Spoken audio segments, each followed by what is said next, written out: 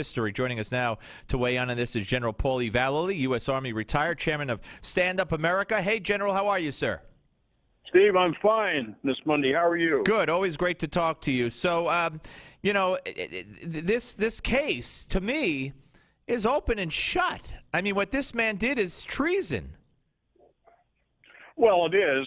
If you're functioning or operating in a position within the armed forces with a security clearance of confidential, secret, or top secret, or what we call comparted information, then your duty is to uphold that by regulation and law. And you cannot just arbitrarily make a decision that you think the American people, I always love that term, don't you, Steve, the American people. Who are they talking about? Right. Just like politicians, the American people.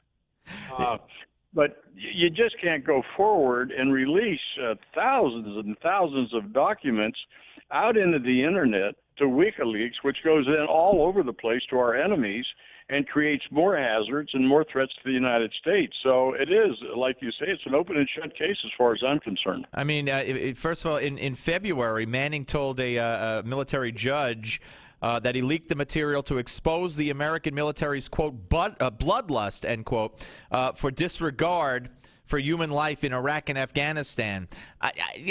Again, this is not this. You can't have everyone in the military or in government positions, deciding on their own what they think we're doing is right, what they think we're doing is wrong, and just tell it to the world. There are repercussions. Well, there sure are, and the repercussions end up in somebody dying overseas, or a member of our armed forces, or a member of our government somewhere.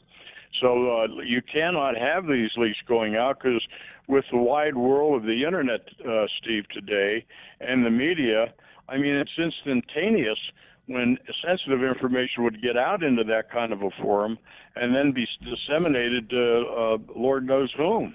Yeah, no. Ending up maybe in Tehran or Beijing or Pyongyang. I mean, you just never know where this information is going to end up to come back and haunt us. So the discipline's got to be reinforced within our government systems. There's no doubt about that. Absolutely. And, there was a guilty plea to lesser charges that was accepted, I believe, at one point. But then the military, though, to its credit, the prosecution, to its credit, decided, no. We're prosecuting him to the full extent here on all the charges, no plea deal. I mean, this guy has to be made an example of. Well, he does. I'll give you a good example. We exposed the cover-up on the Extortion 17 helicopter that went down in Afghanistan, killing many of the SEAL Team 6, who was the team that went in and got bin Laden.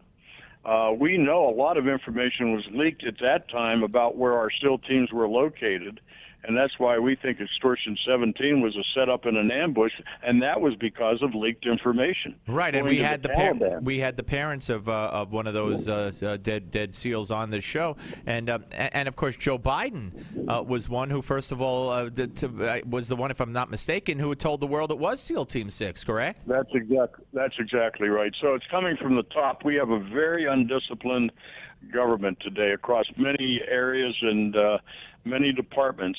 That's why we've got to have a turnaround in the way we manage our affairs at the national level. It's very serious what's going on right now, and it's all to the detriment of the country. No, absolutely. We got a minute left. I want to ask you real quick, and I want to throw you a curve, but what's going on in Turkey? You got the people apparently very unhappy with what the prime minister is doing insofar as promoting, tough hardline Islamic rules and laws, etc. And you have the president of Turkey basically applauding the protesters for taking to the streets over it. And there's been lots of tear gas, lots of at least one person dead. What are we seeing in Turkey?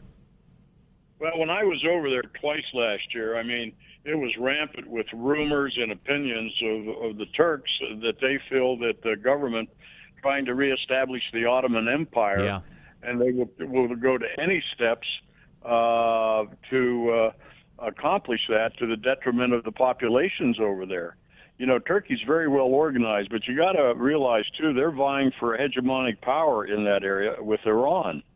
And I wish we had time to do some stuff on Syria today because I've got some new news for you, but we could do it tomorrow if you'd like. I've got some updates on Iran, Turkey, and Syria. All right. We'll talk tomorrow. Absolutely. General Vallely, as always, thank you, sir. Stand Up America Chairman, General